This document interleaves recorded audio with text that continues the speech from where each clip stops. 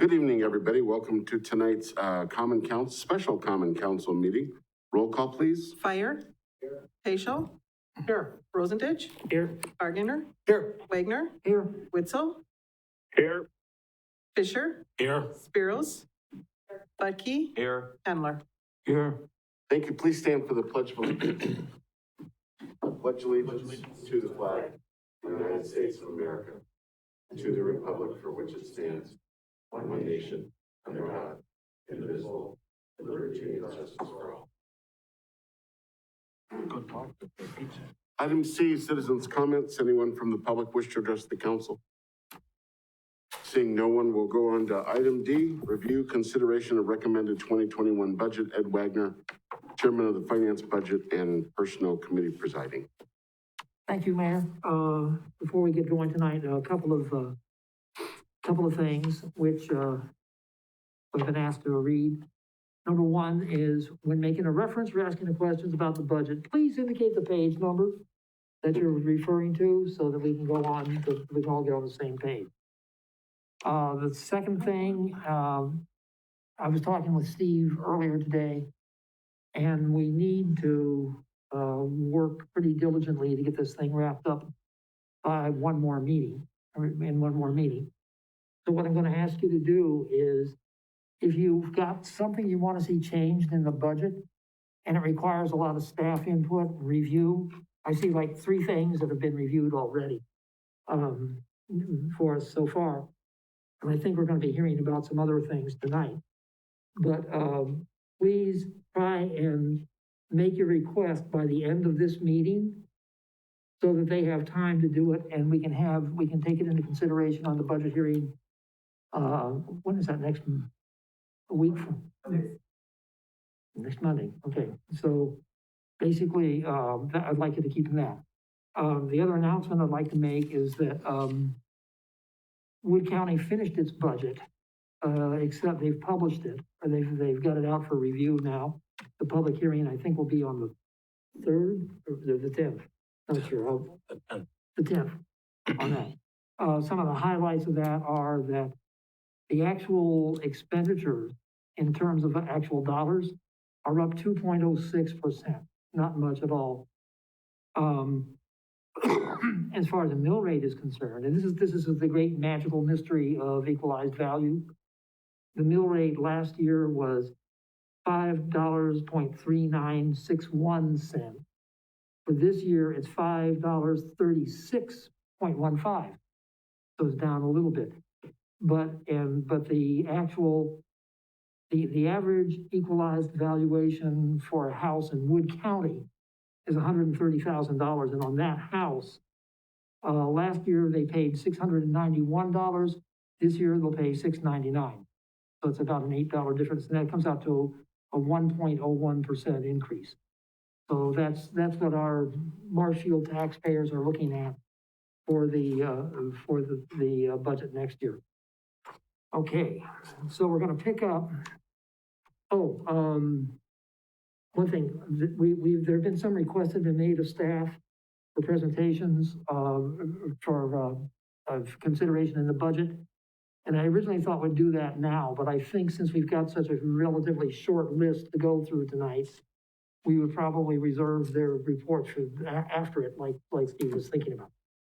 So with that, we'll pick up our considerations with Parks, Recreation, Education, and Culture, starting on page 117. So I think Mr. Barg is on that again.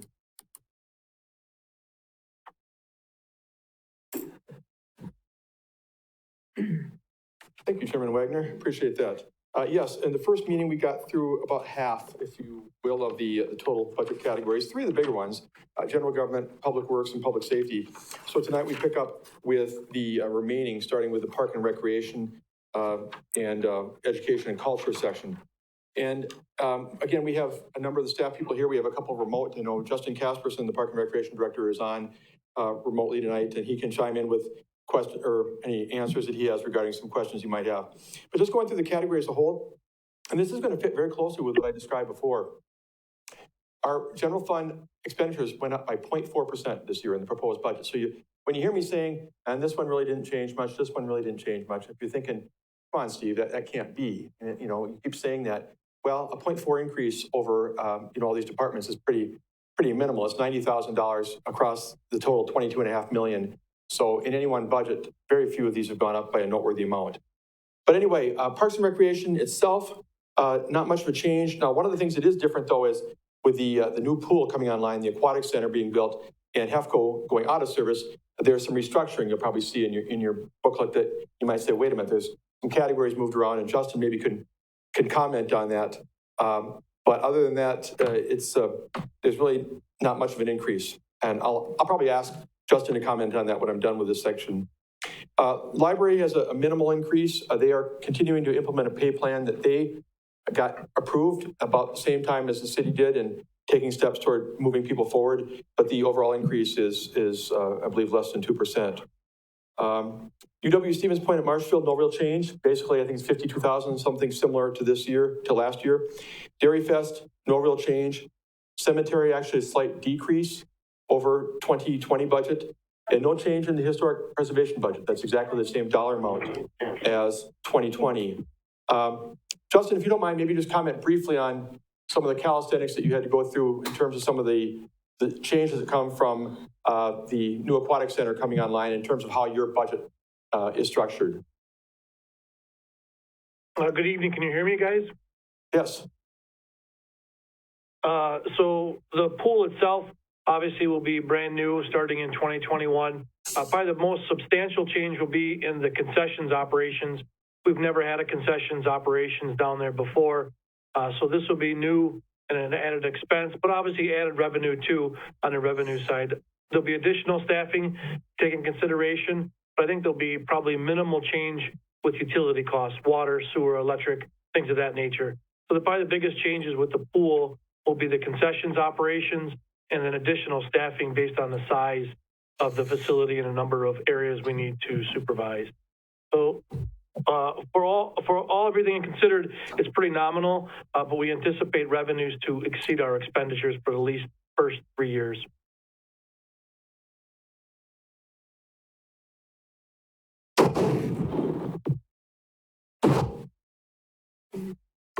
Go ahead.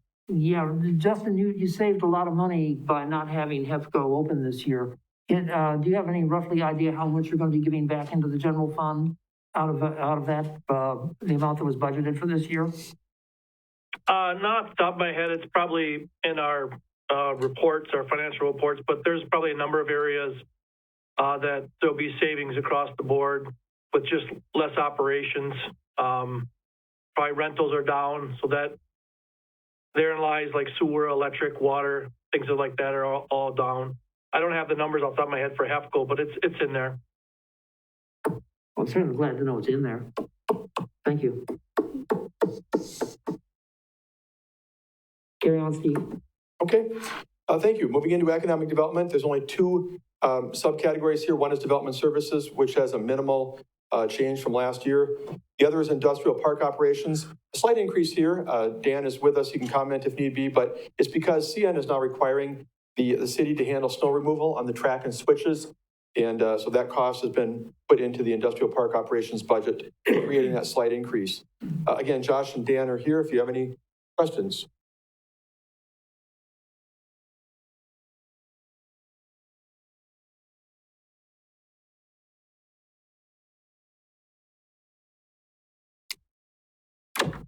All right, moving on to the special revenue funds.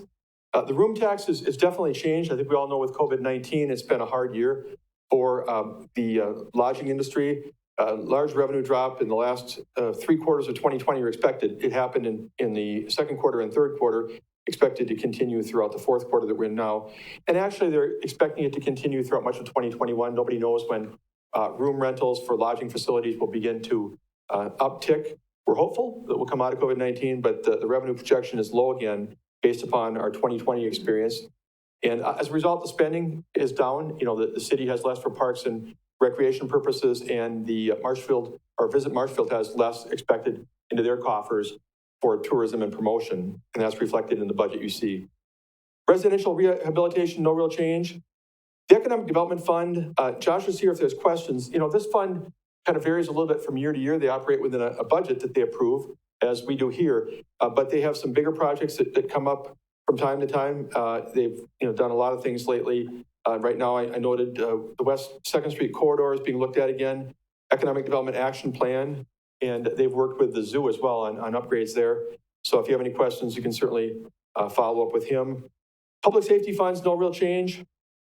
Bid district, no change there. They levy the same amount from year to year. The taxi, there's no change, except I do want to note something, and you're going to hear about this more at the next Finance, Budget, and Personnel Committee meeting next week, and I know that Ron has mentioned it recently. There is a local share that we don't talk about very often, and because of the decrease in federal and state grant monies that come to us, that combined with the user fees, or the fares, I should say, are what make up the bulk of the operating revenues. The city needs to fill the gap if there is one. And because that decline has been occurring, especially in the state grant, the gap has widened a little bit. So I think for next year, we're proposing that it's about $18,000, but it has been higher in the past, and we want to make sure you're aware of that. I think we need to talk about the possibility of increases to agency fares and regular cab fares. I know it's not popular to talk about increases in regular cab fares, but it has been a while, so that's something you can expect to see perhaps coming up on an agenda near you. The next item is, it should be communications. I apologize, I keep saying cable TV, and I take responsibility for that. It's now the communications budget that goes beyond just cable TV operations. Just a minor change, they got a $35,000 expenditure approved in the CIP for broadband video server, and that comes from a separate fund outside of the regular budget from franchise fees. And again, to remind you, franchise fees now, the state is reducing the amount that we get to collect from charter, but there's an offset. So in 2020, it used to be 5% we got, then it dropped to 4.5%, and the state provides a 0.5% offset. For 2021, it's going to be 4% from the state, or allowed by the state from charter, and a 1% state offset. So it's all working right now to add up to the same number, roughly, except if that continues, I think we're all concerned about whether the state will maintain its commitment to PEG channel operation. But for right now, I mean, the budget works.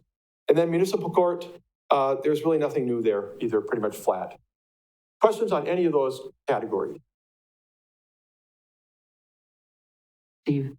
Yes. We got an email, I think it came out to the entire council, that Visit Marshfield, which used to be known as CVB, did get a grant of some $30-some-odd thousand. Does that make us pretty much whole with what they've lost, or do you know? Did they tell you anything about it? Well, I was just talking to Mike before this meeting. The grant was for $106,000, and it sounds like it's pretty open-ended for tourism and promotion, broadly speaking. Mike, I don't know how that fits into the overall revenue for 2020 for CVB. I mean,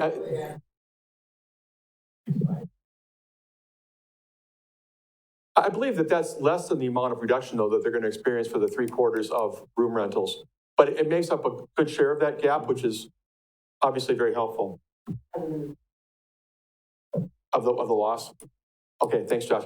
So it makes up maybe half of what they lost in room rentals in the final 3/4, expected through the final 3/4 of the year. Okay, so the bigger question is, how much of a loss is Parks and Recreation going to take with they get what, 30%? Yeah. So, Yeah. So they're going to get 30% of 106,000. That's way up to 30. So they're going to get, a little over 33,000, I think. But how do they have that appropriated? Justin, you portion. Do you know, Justin? When the pandemic launched earlier this year, we froze all those projects and we put them on hold until the fiscal year is done for this year, and then reevaluate those projects and the financials. So most, if not all of those projects were put on hold or froze for 2020 until we know exactly what we're dealing with in 2021. Okay, thank you. Where'd you leave off, Steve? Okay, next, if we're going onward, did somebody else have a question? Okay, I'd like to call Ron up here. He's going to talk a little bit about the debt service fund.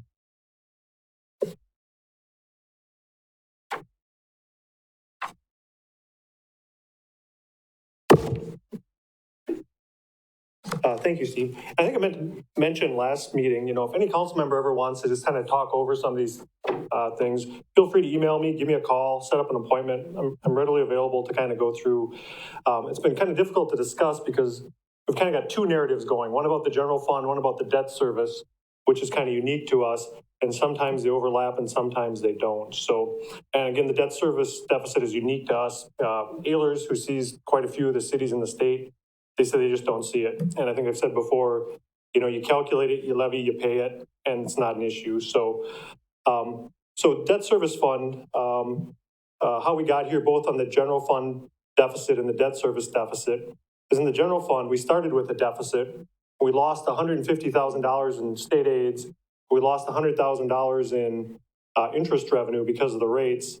And despite, bringing in expenses at 0.4%, we still had an increase in the deficit there.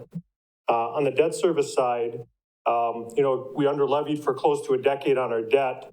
And then on top of that, we went out and, borrowed for a new aquatic center and, increased our debt even more. So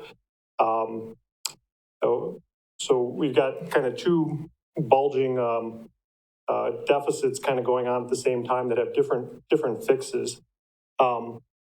So there's a wide range of options on the debt service side. We can levy our actual debt payments like every other city does. What Steve has in the proposed budget is the rate of $9.97 for the mill rate. What that equates to is for a deficit between the two funds about $1.4 million.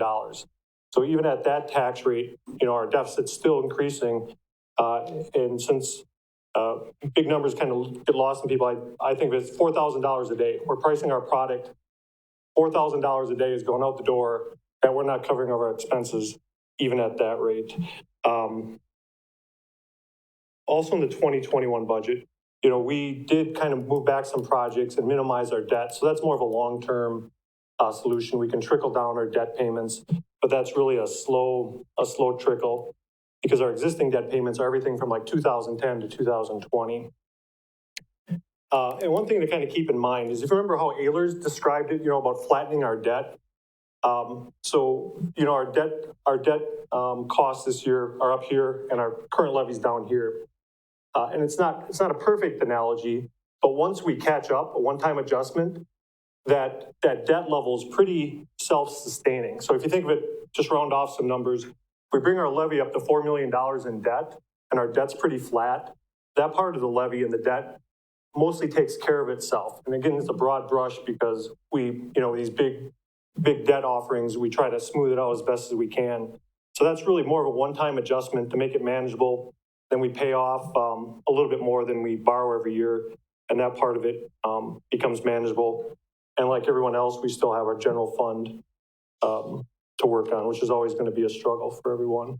So just want to give an overview, open up for questions on debt service, deficits.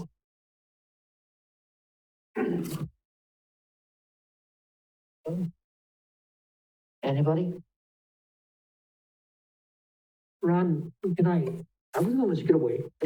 One thing, when you say flatten the debt. Yep. And it would, basically, we would levy a certain amount to cover all of our existing debt and bring it up to even. Yep. Where it's at. But that assumes no borrowing in the future except maybe to replace principal and interest of what we've paid off every year. Right, and that's why I'm trying to keep the analogy general, but if you dig through what Ehlers is saying, that's what they're saying, is once you bring it up, it's very manageable. So they're trying to get to a sustainable place where each year, before our debt kind of jumped around like this, we smooth it off. It still increases a little bit, but it's definitely a lot more manageable than it was. Because even if you look at the payments last year to this year, it's a difference of, $750,000 or something. And that's really hard to budget. So I think we've got it smoothed enough. If we do a one-time catch-up, then, we hope for a little growth and hope to have a manageable change. Okay. There was another thing there. I'm going to let somebody else ask a question if they've got one. Rebecca? Well, I try and regroup. Rebecca, go ahead. Thank you, Chair. So Ron, in listening to you and you talking about the future and this kind of thing, you're basically saying, we really got to watch what we're going to borrow for. So this brings up to me, and maybe this isn't the place to talk about it, but I do want to talk about it, is the utility building. How do you see that fitting in our future? We're completely separate. I mean, they manage their own finances, that's rate-based. They're much healthier than we are, so I defer to Nick or someone else to speak on that. The only interaction between the city budget and the utility budget is, they give us the pilot and they give us the dividend of about 2.2 million, and we ruin their credit rating. So that's kind of the trade-off. Got you. Okay, the other question I had for you is, you say we could levy just enough to pay for the debt this year, and that's where the 9.97 mill rate comes from. If we don't do that, we're not actually having to take any money out of the fund balance, the general fund balance, to pay anything at that rate. At that rate, we just break even with it, but we're still carrying a deficit of some 700,000 or something around that range. So 997 is kind of a middle ground. The actual rate we would need to pay our debt, I had previously said 1031 is the rate just to pay our debt. Our growth came in a little bit better, so now it equates to about 1026. So at 1026, we fully fund our debt. We whittle down what we can out of the general fund and kind of live with that and work on that the next couple of years.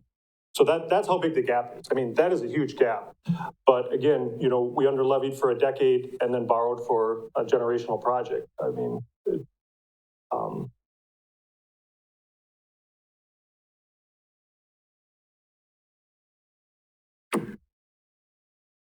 Questions? While we digest that, why don't you proceed? Or who's next? Oh, Steve, okay. Thank you. Before I go on to capital projects, just to touch on and add to what Ron said, I was going to bring it up later under staff updates, but we had been budgeting based upon a 0.2% increase in the assessed value of our community.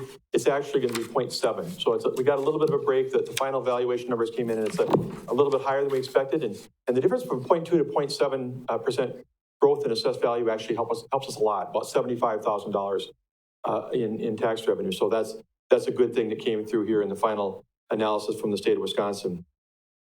Anyway, I'd like to move on to the capital projects fund. And really, truthfully, I think I've said this maybe in the past couple of years, the 400 level capital projects funds that we have, there are so many and they're so varied that I really don't have a list to go through. So I don't know if you've had a chance to look at the 400 levels of all the various capital projects, the borrowing we do for all sorts of infrastructure and other types of improvements.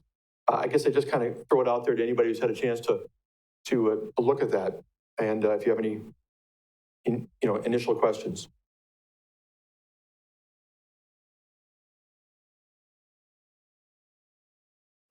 Steve, these are new ones, not ones carried over from 2020, correct?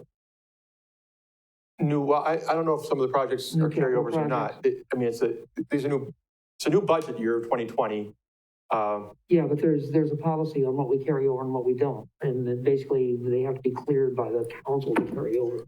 You're talking about if a project, and you think back to the old Wildwood McMillan Trail, you're talking about whether or not those funds are carried forward. What? That's a question I should probably know the answer to right off, but I don't. Ron, do you have any idea immediately, or Dan? Anybody?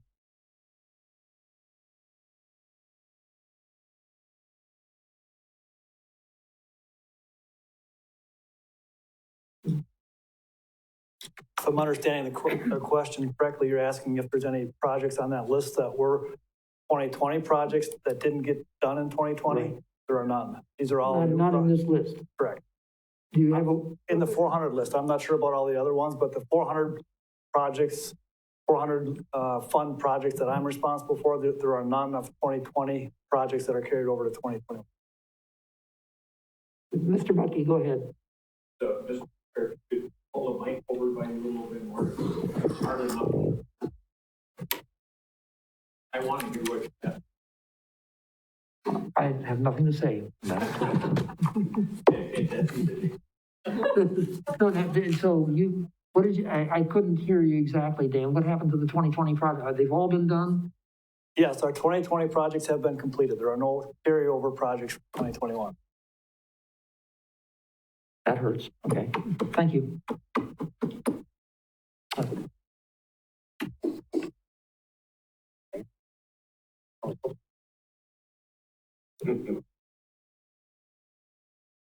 Go ahead. Okay, thank you. There are two enterprise funds that the city operates, wastewater utility and EMS.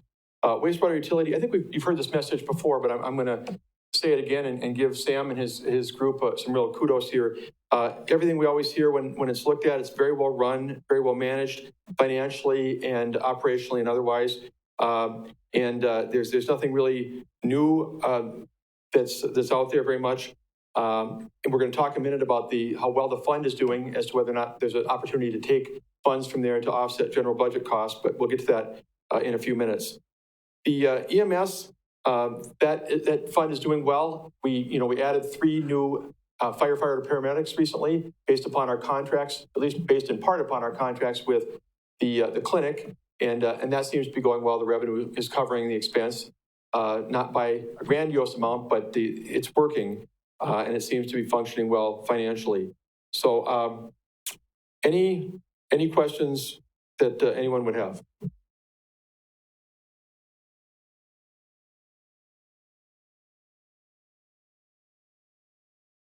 Mr. Butkey.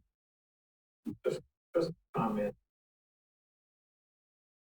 I'm hoping that we don't look at the wastewater as far as taking money out of the fund there. Like I stated last time, there's reason for that amount for replacement equipment. And like Sam had told us last time that, believe it or not, our plant's getting old and it's going to be costly to replace that stuff over the years. So I'd recommend leave it alone. I can tell you that there are restrictions and you'll be hearing about them in just a few minutes as we get to that point. Mr. Wetzel, do you have a question? I thought I saw your hand. Yeah, I just had a comment that I couldn't hear Mr. Budke until he turned his microphone on. Plus, I can't see him. I don't know if there's something wrong with his camera. I don't want to haunt you guys.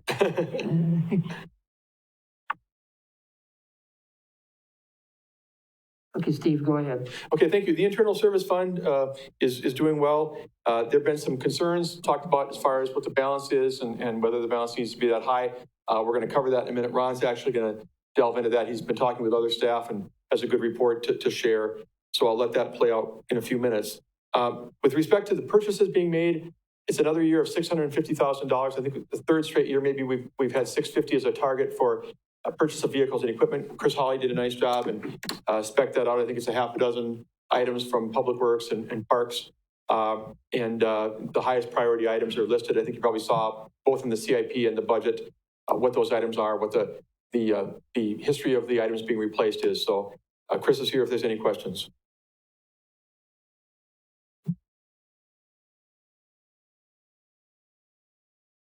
Anybody? You're an awfully quiet and compliant group tonight. A little scary.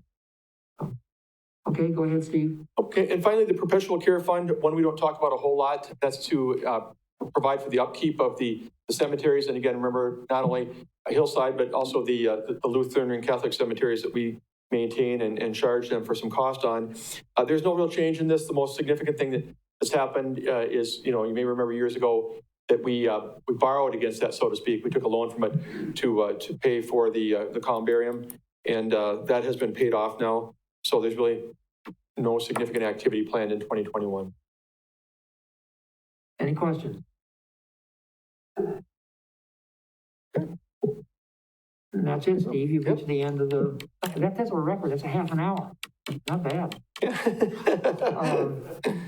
However, now the fun and games start. So now what we'll do is we will ask the staff to give their reports on the various questions that were asked concerning the projects. Steve, you know which ones you want to call first?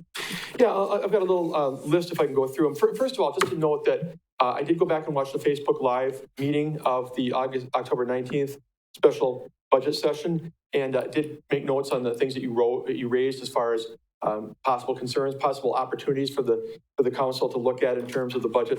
And that's what we're going to go through right now. So I'm going to start with we're going to look at the city funding sources that we're talking about from the Internal Service Fund, the Economic Development Board, and the wastewater utility. And Ron's going to start us off by giving a report on the Internal Service Fund. Sure. The two questions that were kind of asked is, can we use, and I thought I heard the number $2 million in the Internal Service Fund for other things. And then also, what would happen if we cut the rates that the Internal Service Fund was charging to other departments? So first of all, the amount of cash in the Internal Service Fund isn't quite that high. If you look at the 2000, I reconcile at the end of the year to make sure we can answer these questions. But at the end of 2019, if you look at the audit report, the Internal Service Fund had $1,194,000 in cash. When you adjust for some receivables, and then take into consideration that we had approved 2 large purchases in 19 that we didn't pay till 2020, what I come up with at the end of 19 adjusted is there's about $670,000 available at the end of 19, which is right about where we want it, because $650,000 in annual purchases. So that's about right where we wanted it to be.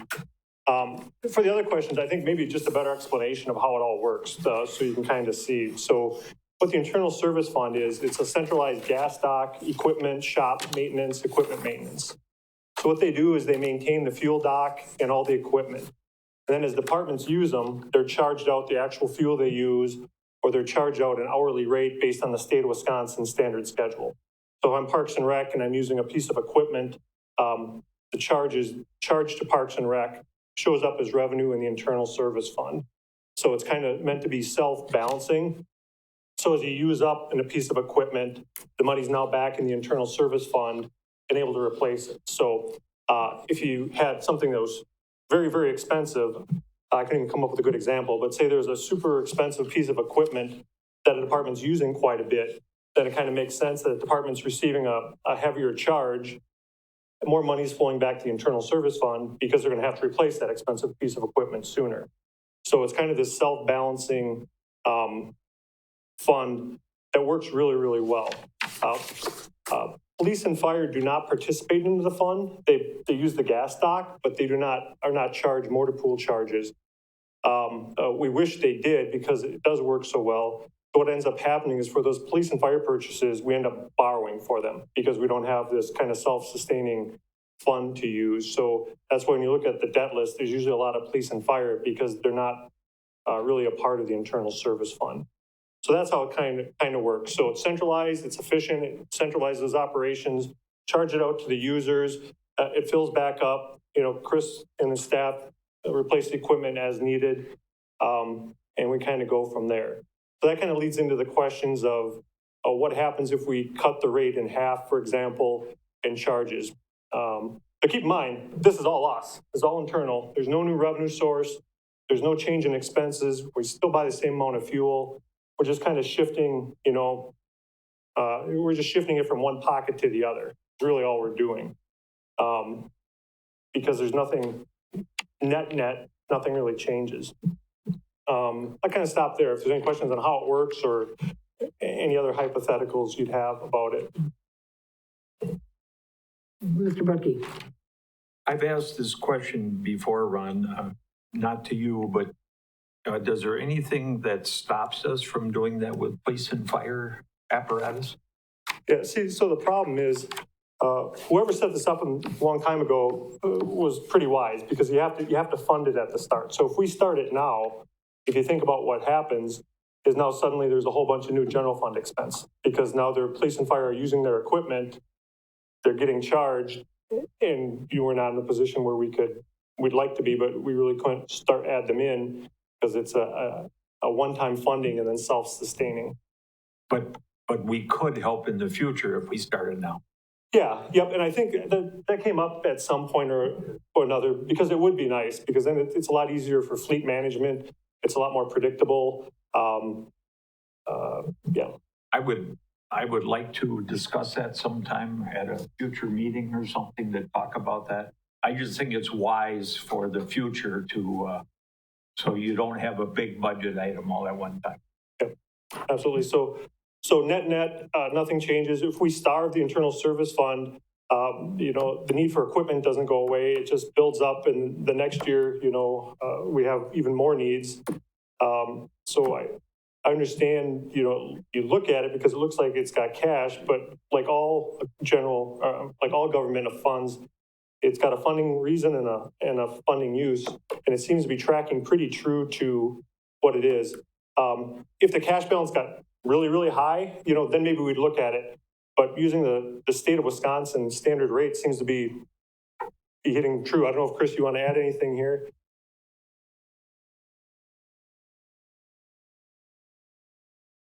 Yeah, right now, we went through, I think it was 2 years ago, the previous street superintendent went through and regraded everything and actually got the equipment rates and estimated lifespans right from the DOT manual, highway maintenance manual, under the cost invoicing and classifying equipment rate.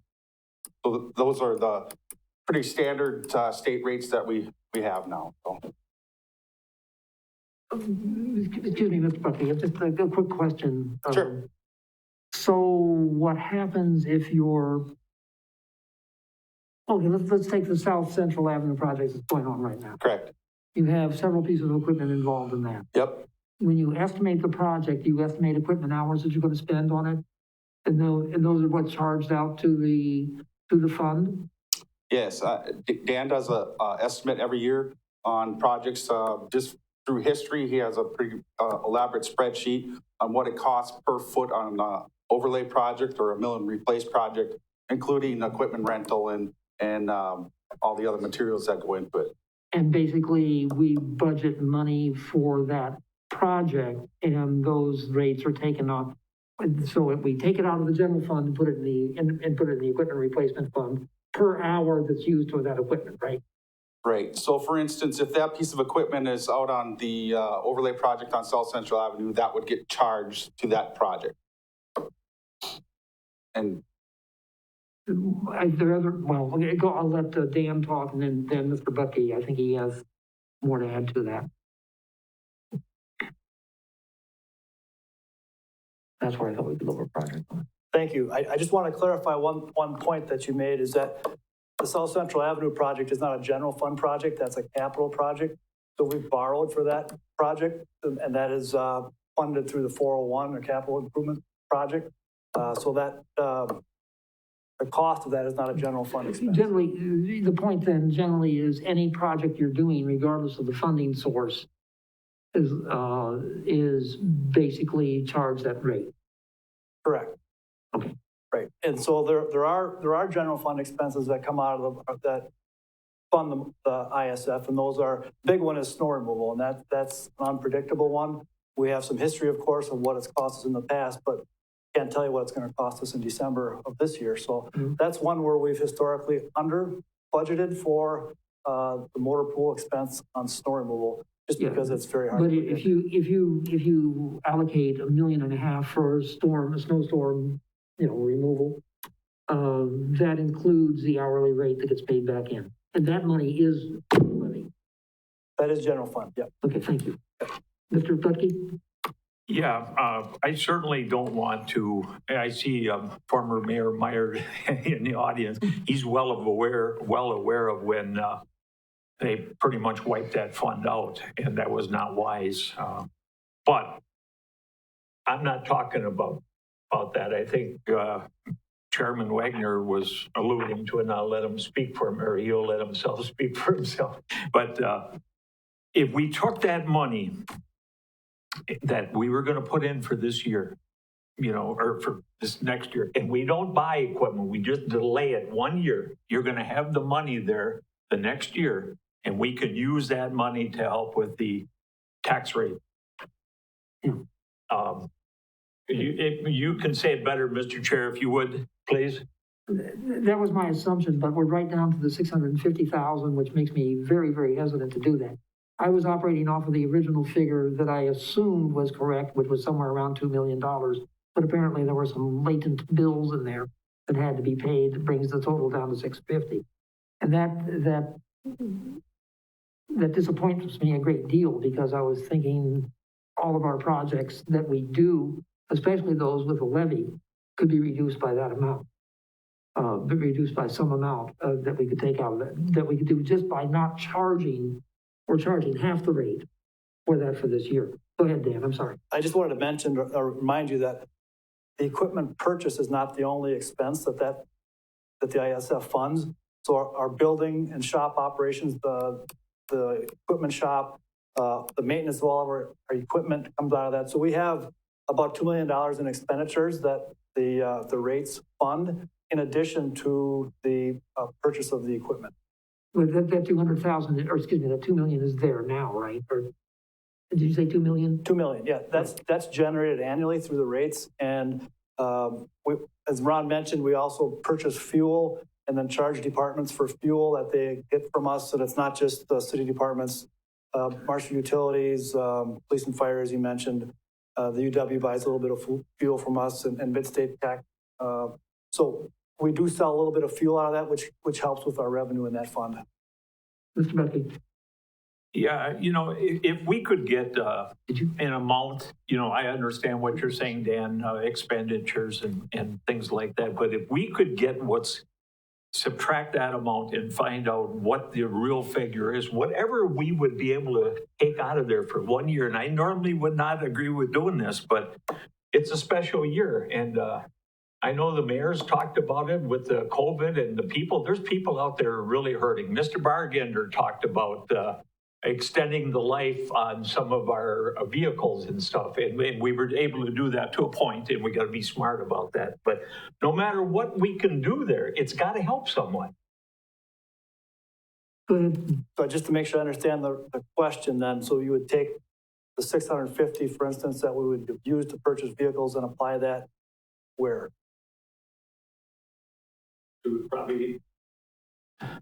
Probably to the general fund, I would assume. Okay, well, we'll take a little time and digest that. I would point out that we do have a pretty critical piece of equipment planned for next year, a street sweeper. Chris was just reminding me that that's 10 years old now, and just last year we had $60,000 worth of expense just to keep that thing running.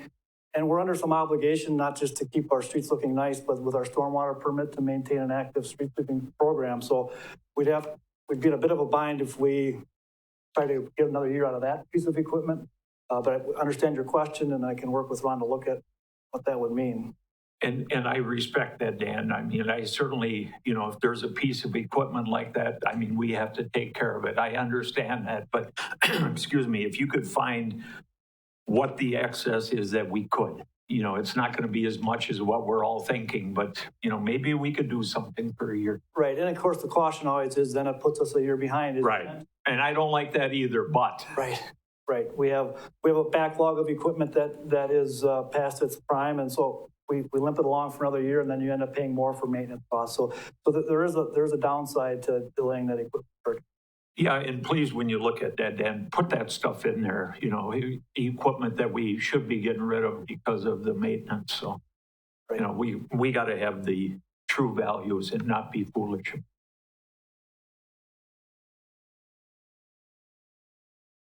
Any further questions or discussion? No? Thank you, Dan. You told me everything's absolutely essential. I appreciate that. And maybe I should just add that, remember, this is all us internal, and I don't think it works quite the way that you think it does. So what's not going to change is our expenses are going to be the same because we're going to charge out, our revenues are going to be the same. So we have essentially kind of maybe a one-time cash. So it's not sustainable, it's not repeatable that we usually like to put in as a revenue for the budget. So we're going to come up with a little bit of cash. Yeah, it might help a little, but at the size of the deficits we're talking, it's gone. And then next year we're kind of in the same boat again of now how do we fill not only the deficit, but now that money that's gone. So. Your Honor? So, Ron, if I could just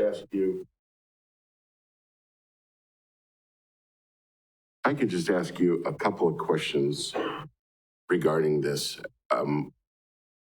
These funds there, I call them a savings account. over here. And I understand, I share Mr. Butke, Mr. Fire has brought this up before. We don't want to get in the habit to go raid those. But I don't believe we're going to have a worldwide pandemic every year. So I do think we need to be a little creative. But I was just remembering to those of you that were on the council last year, if you remember last year, we were at 929 per thousand. And we had to raise it up to 954. And then last year, the ceiling then was to get to 1014. So part of me doesn't understand how now to make our product went from 1014 to 1032, now down to 1026, because that is a pretty big increase, which leads to my other question. But that, I mean, it's kind of like in a football game, if you've got a moving goalpost all the time, then that's an issue. But if our cost went from 1014 to 1033, that's a substantial increase in the cost. I could be wrong, but Yeah, absolutely. That's what help me out with that. I kind of wanted to, at my intro, I said it's, confusing. We're talking about two different narratives.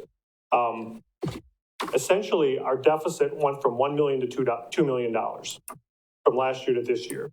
And the makeup of that is in the general fund, to make it simple, in the general fund, our deficit increased $250,000 because we lost interest and we lost transportation aids.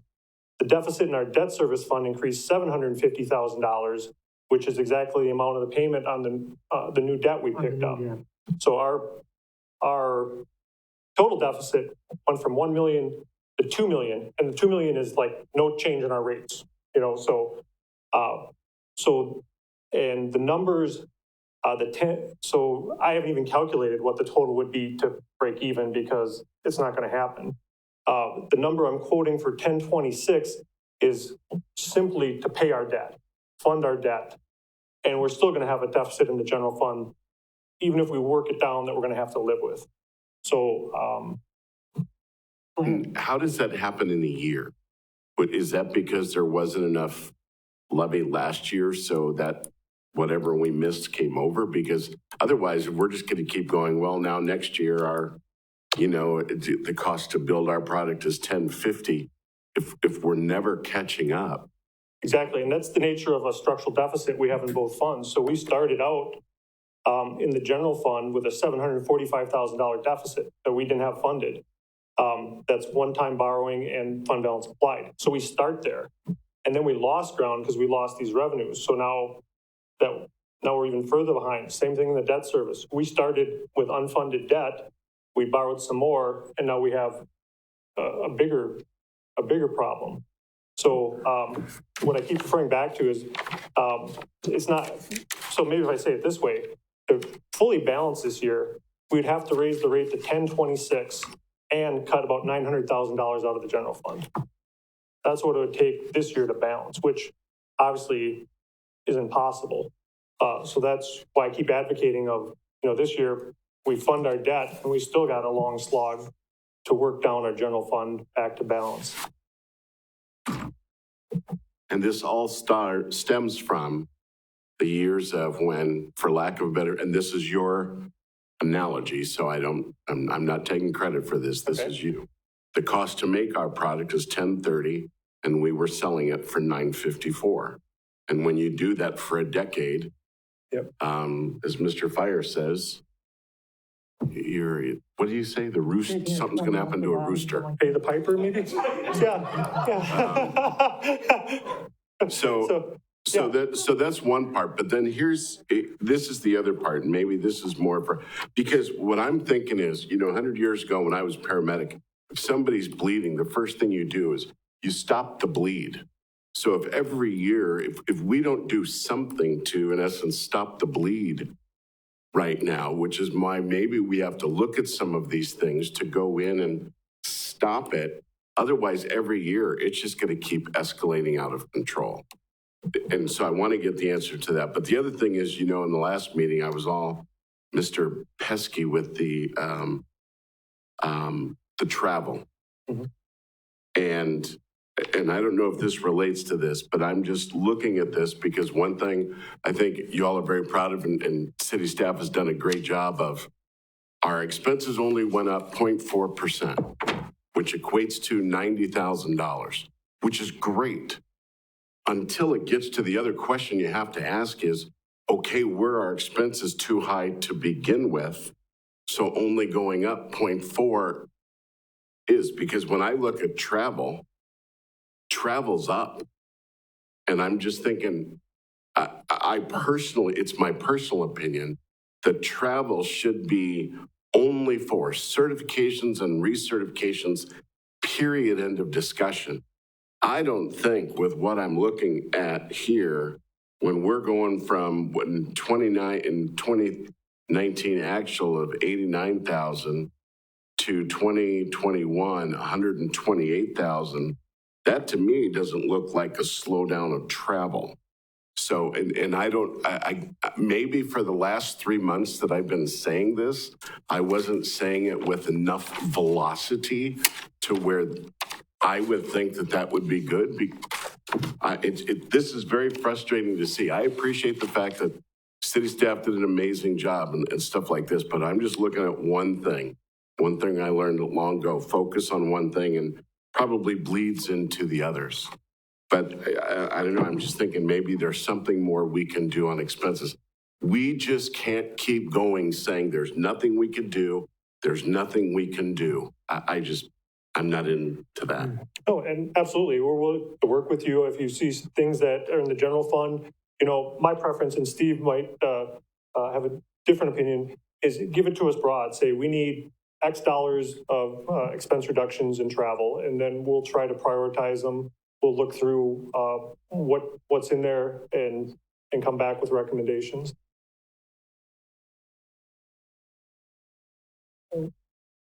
Ms. Spiros. Yeah, and just following up to some of the mayor's comments, I totally feel I feel the same exact thing, because we're here every single year. This council makes suggestions over and over and over, and every single year that I've been doing this, we're shut down. We can't do that. You can't do that for this reason. You can't take it out of this account. You can't put it in this account. We can't make that cut. We can't this. I've heard this literally every single time I've sat in this seat, that we've come up with the ideas and they're always shut down for some reason or another. And it is super frustrating. I'm not an accountant. I don't claim to understand every single thing the way that you do or the way that Steve does, what have you. But I do know the citizens are not going to go and just sit back and allow us to increase their taxes and hear the same song and dance every year that we're sorry, we can't find a way to cut it. You know, it's just extremely frustrating, you know, that as we dig through this and come up with ideas, that they're continually being shut down. And I would go even a step further than what the mayor has said. I just think all travel should be done next year. Nobody should be traveling. And I get it that there may be a few cases for certifications, and I think that those should be brought individually to the Finance and Budget Committee when those occur. But otherwise, I would remove all travel from the budget. That would be my one, at the very least, and that is just such a tiny amount. But that's the other thing we hear constantly, but that's such a tiny amount, it's not going to make a difference. Lots of tiny amounts put together might make a difference. And it's just extremely, extremely frustrating. Sure, and no, absolutely. You know, if that's the direction, we'll go back through travel and work with our department heads. You know, as far as the other things can't do, you know, you can do a lot of things, but on the flip side, you got to realize what the consequences are too. So when we start lowering our debt, you know, we're essentially going on a deferred maintenance. You know, when we talk about not replacing equipment in the equipment replacement fund, you know, you're saying deferred maintenance. I mean, there are things you can do, but there's usually a flip side that you have to consider too. But as far as travel, that's a point well taken. You know, I'm going to jump in here a little. Oh, did somebody want to be recognized over there? Did I see a hand up? Mr. Barker, go ahead. Thank you. Some of the things that the mayor just mentioned and some of the things Rebecca just mentioned, I have notes here too. You know, we've heard all the reasons and excuses why we should not use any of our internal service funds and enterprise funds. We've heard all the reasons why we should increase taxes. So what's left? Cut expenses, right? I mean, if you don't want to use the money we have on hand, we'll have to cut expenses. So I believe we should come up with a plan to cut expenses to lessen the burden on the taxpayer. The taxpayer should not have, everyone has to give a little bit in this pandemic era, okay? I have, my family has. My wife was laid off for 3 months. Her unemployment was 10 weeks late, okay? Thank goodness that financially we can handle that, okay? But a lot of families could not, okay? So in the private sector, there's been a lot of sacrifice, okay? A little sacrifice on the city's part. That's all we're asking, I think. We're not asking anyone to donate a body part here, okay?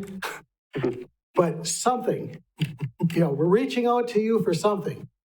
So give us something, otherwise I don't think we can support the tax increase as presented. Thank you. Mr. Handler. Thank you, Mr. Wagner. After listening to all of the comments tonight from both sides of the issue, I too feel, as the mayor and Rebecca Spiros feels and Mr.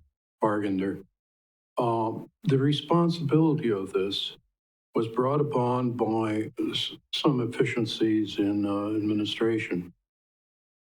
And as a result, we face the part that we now face, and it has to be repaired. So how do we repair this? And how do we show the taxpayers that we as a council make a hard decision? I believe I asked Mr. What's your name again? Barb. There you go. Sorry. I asked Mr. Barg to go back to the directors, I think in the last meeting, and see what they can do to help us make that decision. Now, I understand you can't ruthlessly go through all of this and just at random cut. But, if you folks who understand and work with these issues on a daily basis in terms of services, you need to come back to us and tell us where you can appropriately help us reduce some of the financial burden. And also, it presents a positive image to the community. And I agree with Mr. Bargender. I don't think that increased taxes nobody likes. Now, I also understand that some things in the past weren't done and should have been done, but that's in the past now. We have to deal with reality at this point. And I would like to have Mr. Barg and you, Ron, come up with some solution for the next meeting to this. Now, I understand we can cut back on travel. We can dip into the equipment fund. We can freeze salaries for a year. I mean, there are all kinds of added. But I would like something that the staff will accept and that we as a council can tell the public, hey, we've done our job. And I don't want it to be that we didn't do our job because administration didn't do their job. So that's all I have to say. I could go on with this all evening. So, Mr. Fisher. Thank you, Alderman Wagner. I agree with a lot of the comments that are made. I will say this, though, and this might surprise some people in the room. I'm not against raising taxes. Stop kicking me. I don't mind. There is a time and place for raising taxes. And obviously, based on the conversations and things that have been mentioned,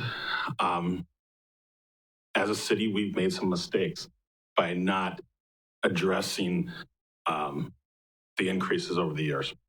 And I'm not pointing the finger. I'm not blaming anyone. But because of that, we are in this situation.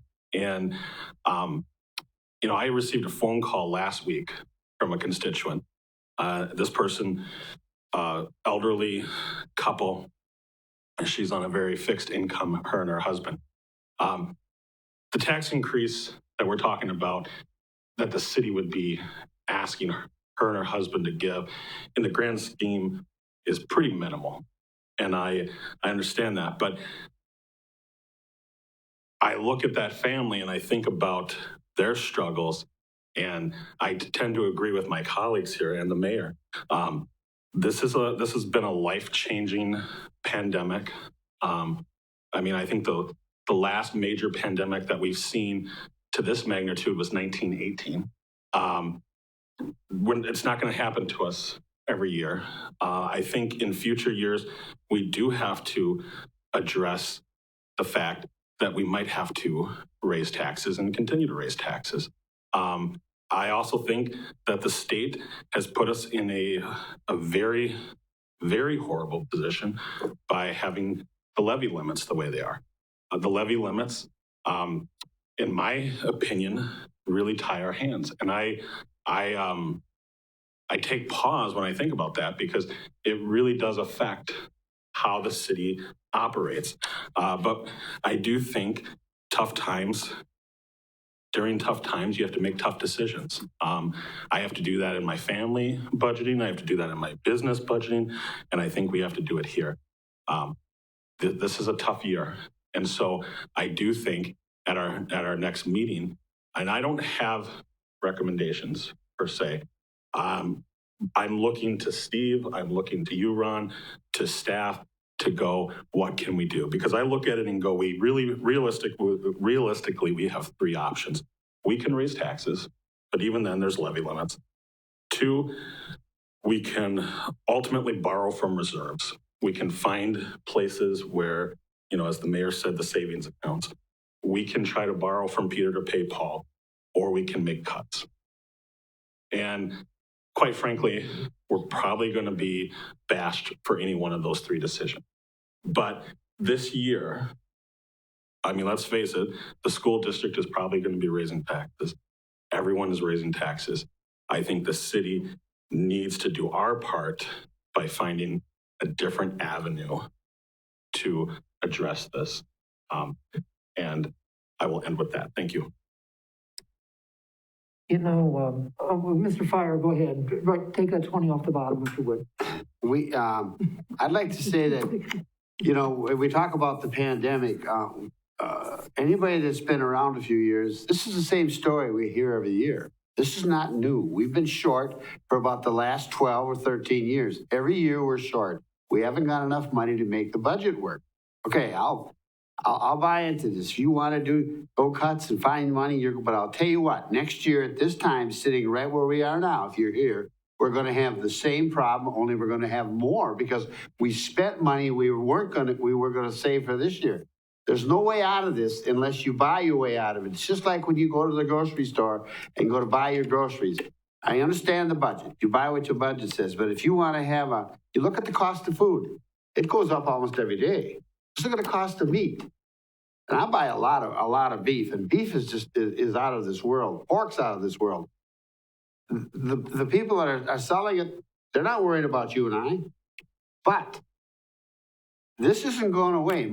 I go back to Mike Bram. I always say, because I remember what he said about 11 years ago. He says, gentlemen, if you don't start taking a slight increase every year, and we had the chance, like 1%. Oh, no, the council demanded that we had a 0 every year. Well, we worked around it. And he did say, and I want to say it again, someday you're going to pay the fiddler. Well, if you go out in the parking lot, he's blowing like all get out. The fiddler's here and he's strumming, and it's there and it's not going to go away. And when you say, well, it's our fault back years ago. Well, I can tell you that there was a lot of councils I was sitting on that we had 4 votes that would have went for an increase.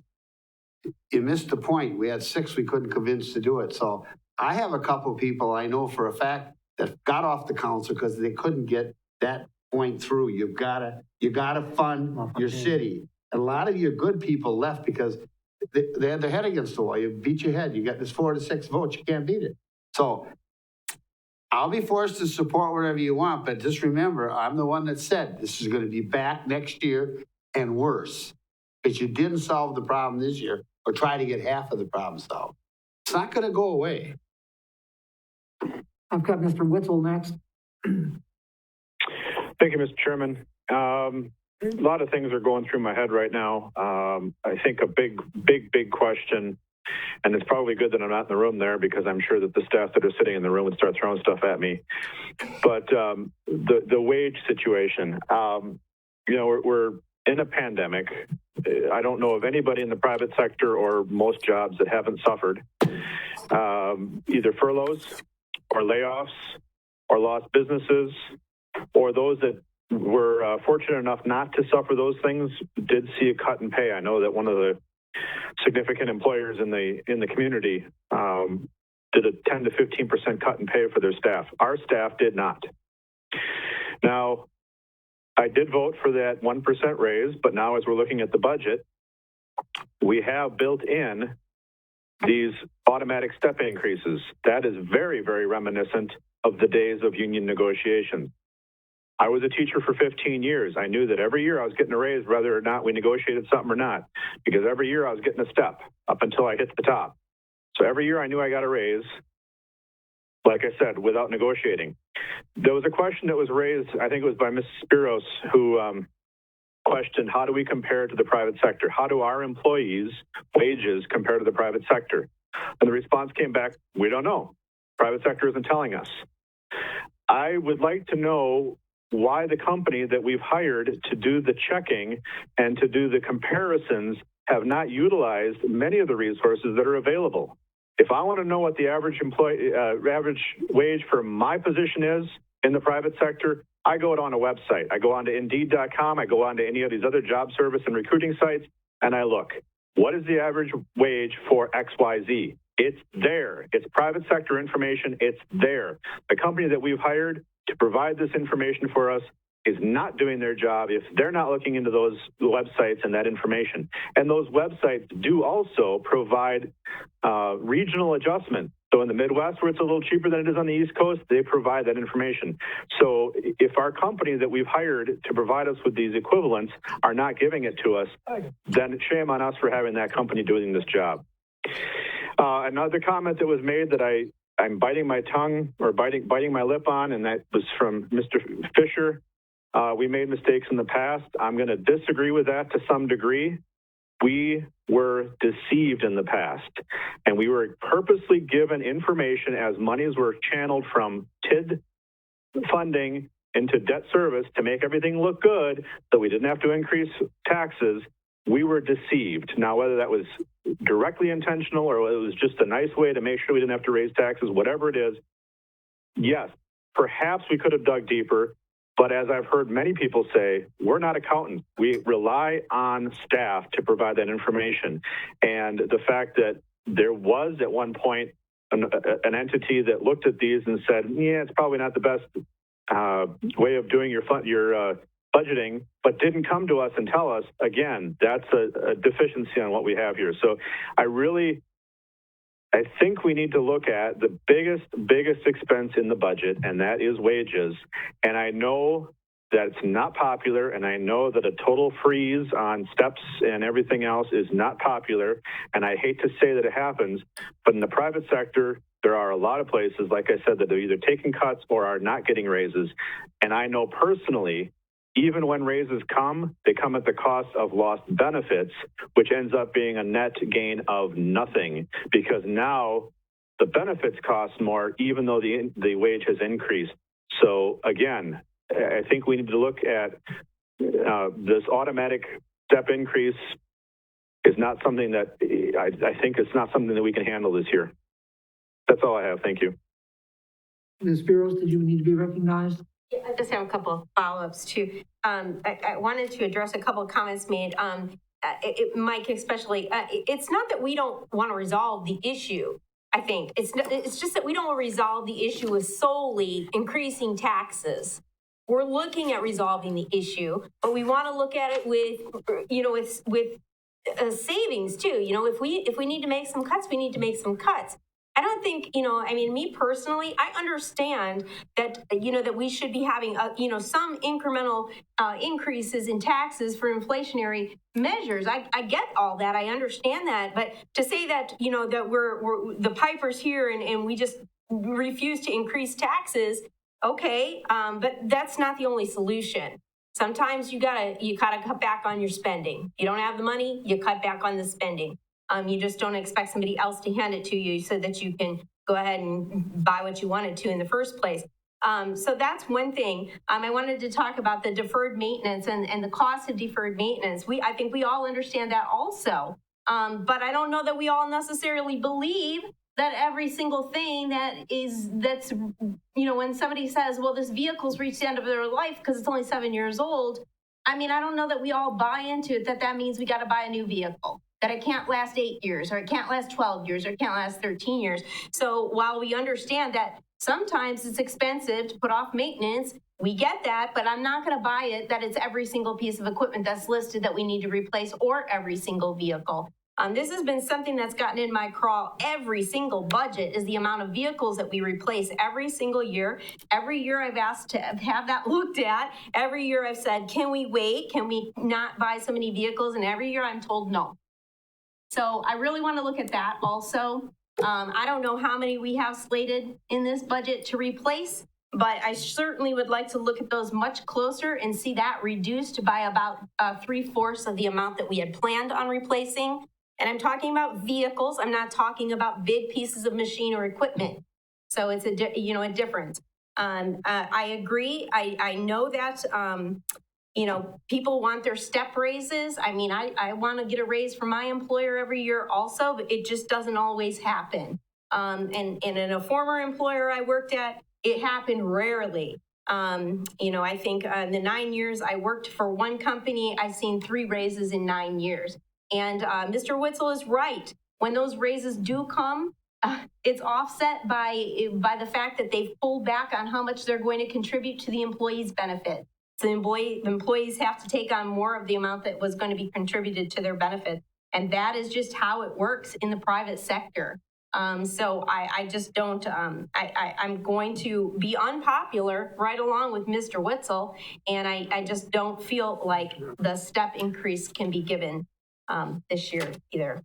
Mr. Alman and then Mr. Buckey. Yes, I just wanted to, points well taken. I think, months ago we said we were going to get to this point and discussion was going to be a lot of unpleasant choices, and we're here. So, so I wanted just to address a few things just at a real high level.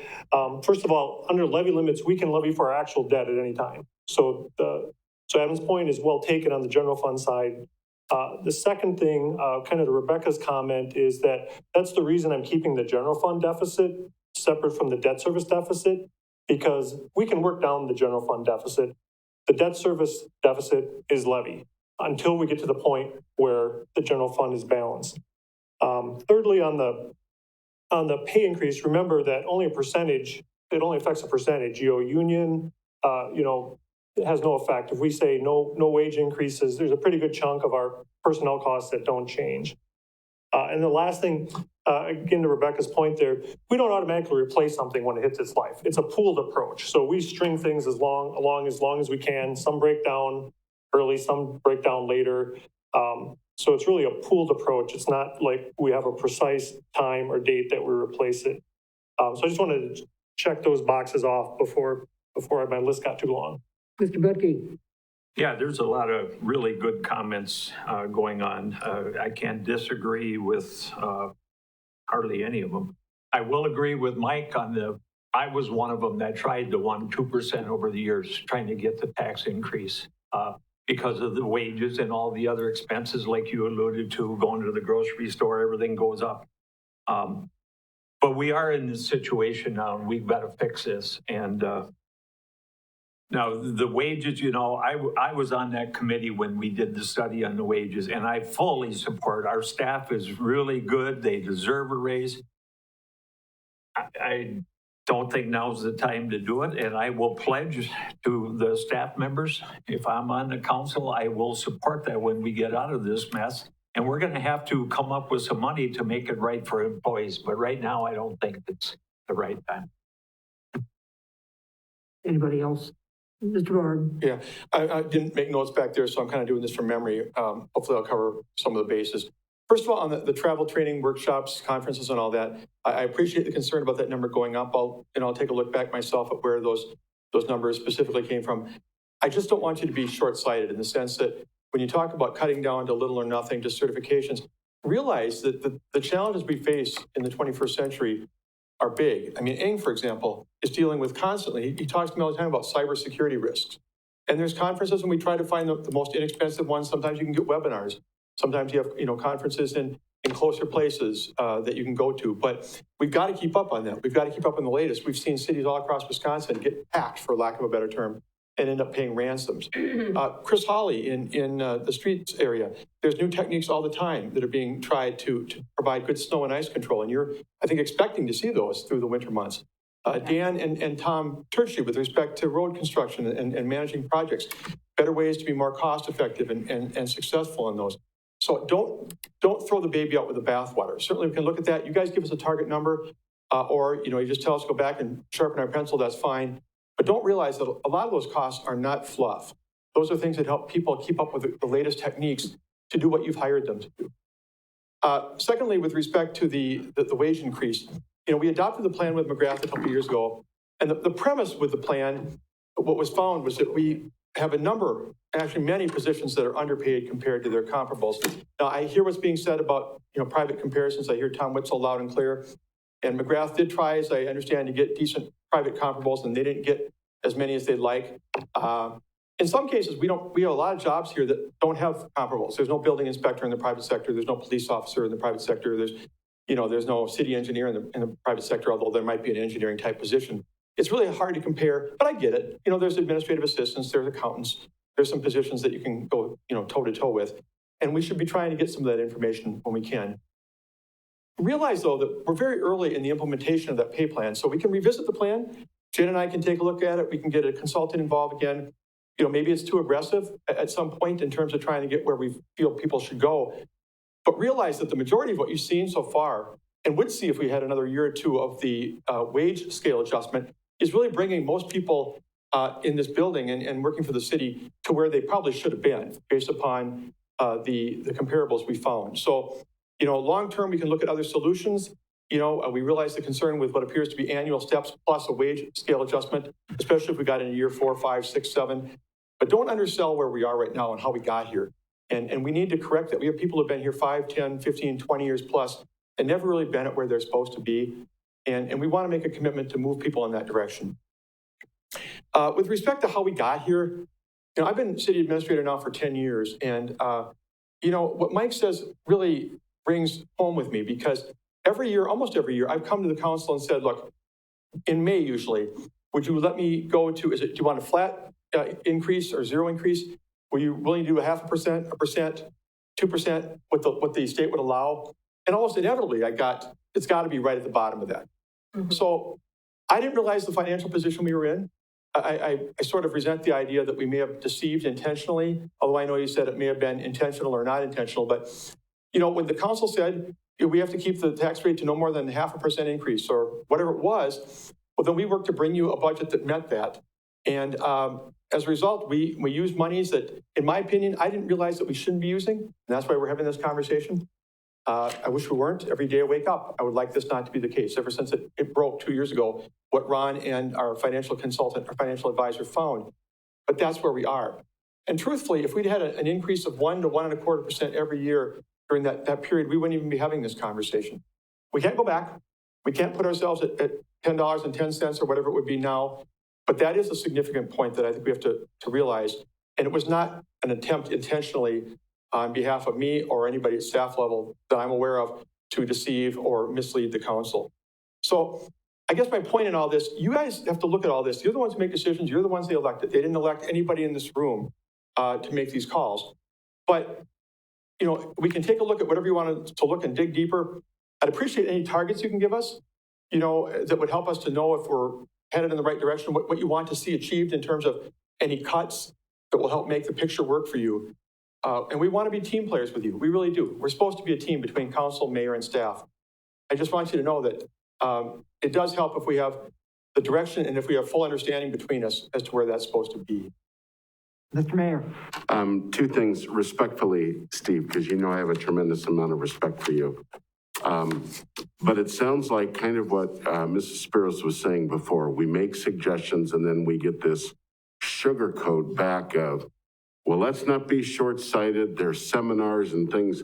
Look, in our CIP, we're paying a lot of money for IT, a lot. And I'm sure that they have all kinds of webinars and things like that that we don't necessarily have to go to. I'm not saying we don't go, but I just don't want to sugarcoat it. I thought the members of the council were really, really clear. Cut it substantially. So I hope I don't know what that's going to mean. Gave that to you, but I just, no matter what it is, I mean, out in the private sector, I go back to the fact of there are so many things out there for free, and with the amount of money that we're paying our vendors, they should be able to give us all those great things. I don't think we're gonna, so that's one thing. The other thing that, and you know I'm very, very passionate about this, on city administrators' recommended budgets in the past, where it was there and you guys were told to bring it in and whatnot. It was so crystal clear on the TIDs. They said principal and interest. When council members see principal and interest, they are thinking that's the total payment, but it wasn't. And that's where some people, I know I would feel deceived to go, well, wait a minute, then if this was principal and this is interest and that was paid, where'd this other money go? That's a problem, and some people view that as deceit. Not by you. Not by you. I'm not insinuating that. You know I have incredible respect for you, but basically we have to look ahead of things like this. You're right, but I mean, we're going, just last year we were 1014, now we're at 1030, going down to 1022 or 1026, and it's like, when does this stop? And so I don't know what the target is. Cut it as much as you can. Yeah, and if that's what you want to say, that's fine. I mean, otherwise, if you want to go to, if it's a consensus of this body to go to nothing but certifications and recertifications, or the consensus to cut it in half, tell me what it is. That will be helpful so that you don't say that I threw at the wrong dartboard. You know, when this conversation is over, we'll be looking for any direction you give us and any requests you give us.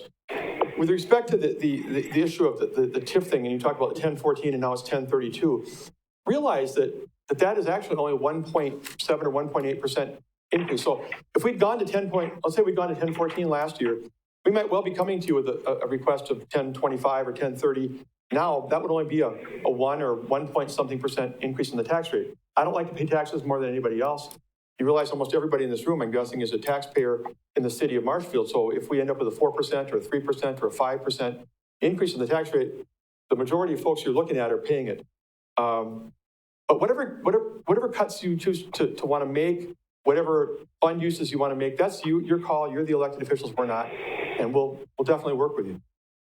Okay, I have next Mr. Paschal, then Mr. Wetzel, and then me. Thank you, Mr. Chairman. Reserving the spot. This is my 4th year on the council, and every year I hear the same things. The city administrator presents a budget, and we go at it and hack away at it and take off a few pennies here and there. What I also hear every year is historical references to the things that we've done wrong in the past. We've deferred maintenance, which has caused us to have to pay more for equipment. We've deferred paying our employees what they deserve, and it's resulted in us being so far behind that we have to pay catch-up pay. The city administrator's budget has presented us with an option for solving part of the problem. Yes, nobody likes to pay more taxes, especially this year when so many people are suffering financially. But it's a difficult decision that we are going to have to make. We're going to have to raise taxes in order to pay for the things people want. People want smooth streets to drive on. They don't want to have to drive through snow in the wintertime. They want a beautiful new aquatic facility on the south side of town. These are things that the people of Marshfield have decided that they want. We have to find a way to pay for it, and the only way to pay for city costs are taxes. So I have to agree with Mr. Fire that the time has come that we're going to have to raise taxes. Thank you. Mr. Wetzel? Thank you. Again, I go back to the comparables. We're not comparing our employees to the private sector. We have the situation where we have public employees living in a bubble, comparing them to themselves to other city employees, and we don't know what that really looks like. There's a reason people clamor for city jobs, and part of it is because I think the wages are out of balance. Now, we may be low compared to other cities, but again, I want to go back to what are we like compared to the private sector. Staff development. I think if anything we've learned through COVID is that staff development can happen online. I have had more staff development in my job in the past 6 months than I have had years before that, all from sitting in my basement, working from home, doing everything online. I think we need to look at what is available online. COVID has taught the world a lot about being able to do these things remotely and not needing to travel. And I think that there are far, far more things that are available online that can be taken advantage of that will prevent us from having to do all that travel. And I go back to, again, the comments that have been made before. We find ourselves in a tough spot because there was fuzzy math that took place with TID financing. I'm not blaming Mr. Barg. I am saying that there was fuzzy math, there was juggling of monies to make us look good for years, and as Mr. Fire has said, it's time to now pay. We got to figure out what's what, and we got to get it right. Thank you. It's getting close to 7 o'clock, and I want to wrap this up a little bit. We have one more meeting. I've been keeping sort of a running tally of things that they want to look into. And yes, Steve. Well, can I cover a couple things before we wrap up real fast? I promise to be brief. Hurry. First of all, I just want to touch base real fast on a comment that Rebecca made. Rebecca, when you brought this up back in the summer during the CIP process, or maybe it was the spring, you were heard loud and clear. And I think you had other people on this council saying you wanted us to look seriously at the vehicle and equipment replacement process. And out of that came almost immediately the police and fire folks agreeing to back up their schedule for replacement of several vehicles.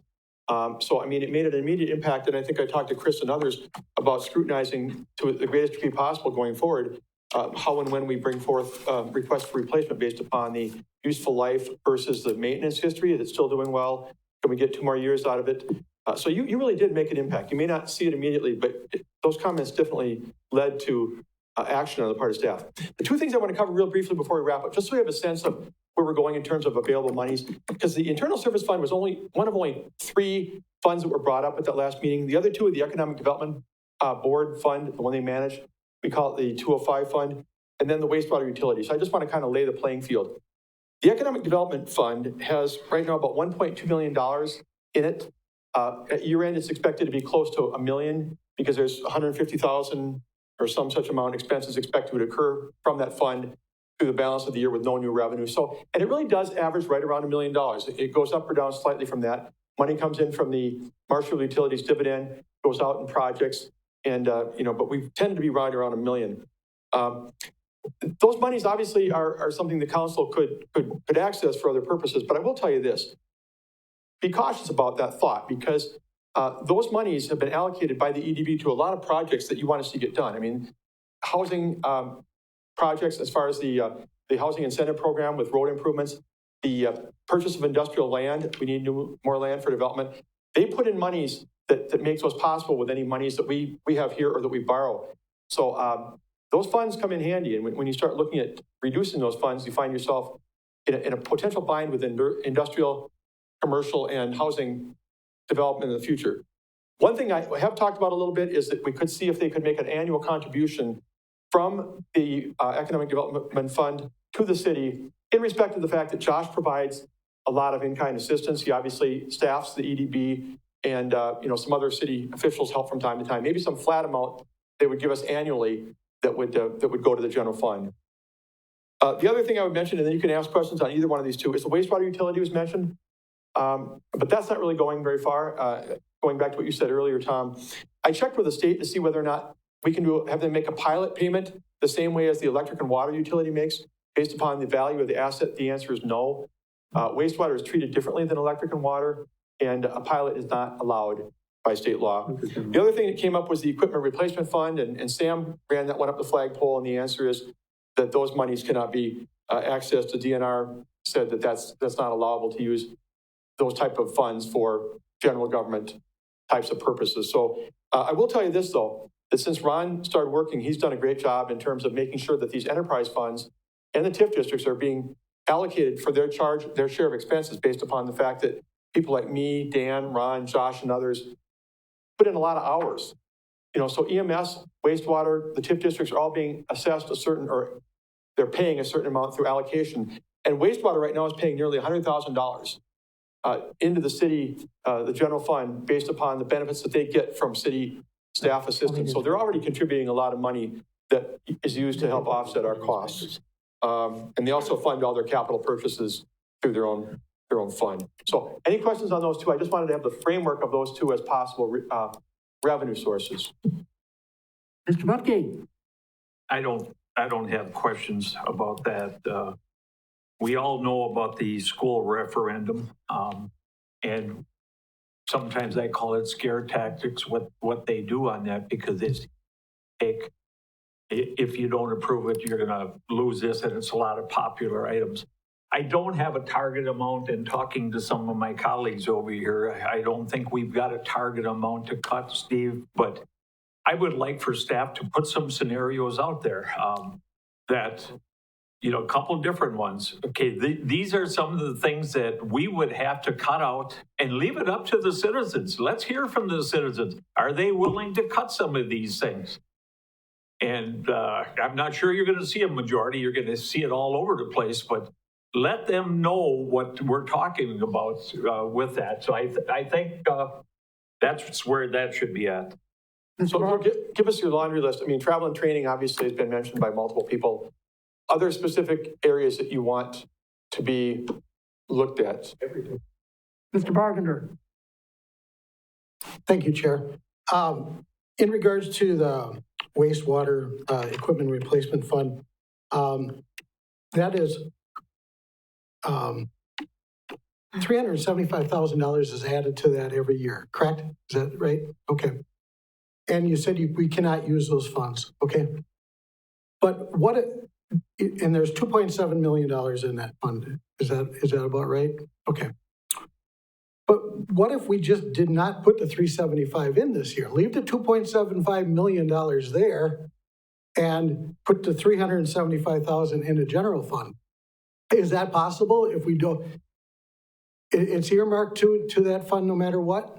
Yeah, I'm going to ask Sam to comment on that. I think in part you have to realize that the type of equipment they have to replace when it comes due is very expensive operations, but I'll let Sam comment. The other thing you have to keep in mind too is the 375,000 comes from ratepayers. It's not property tax. I understand.